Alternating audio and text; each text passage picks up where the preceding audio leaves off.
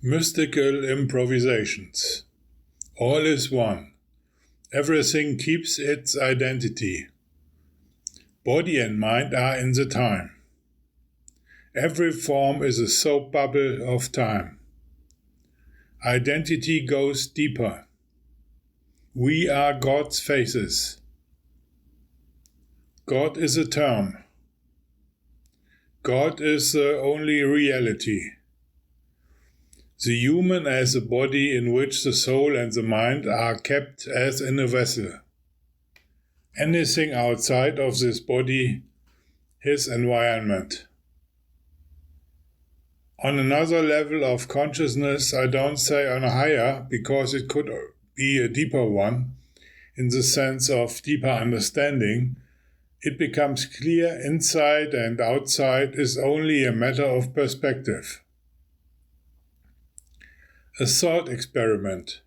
A human who loses a leg. Is he or she therefore less him or herself? A human who comes down with dementia.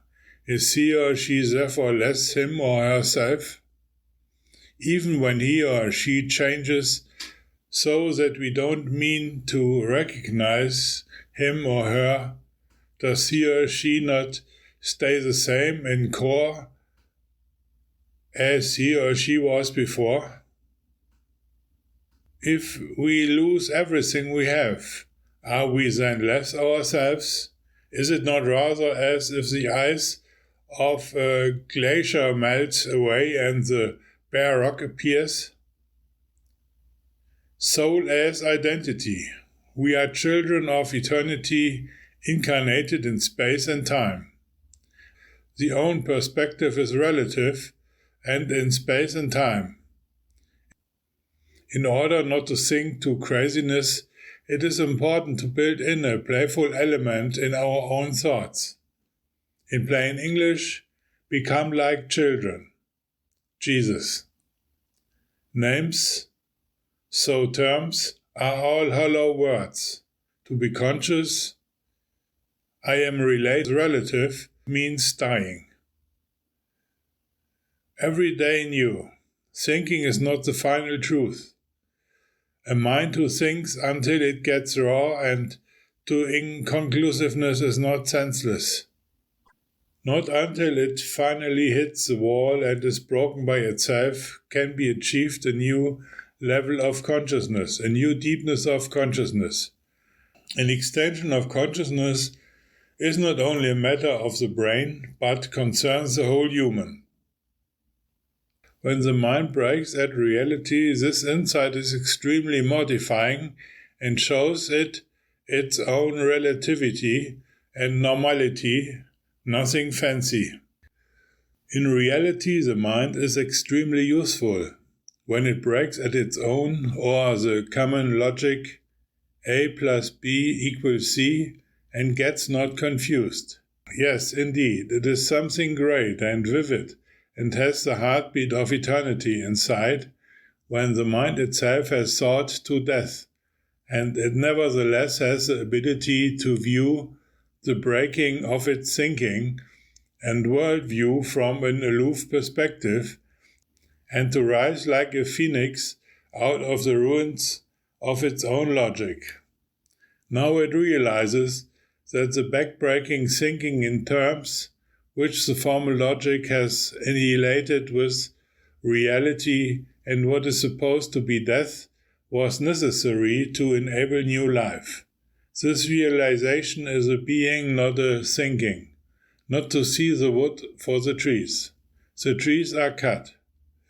The ground is visible, concrete, and not different from what I am.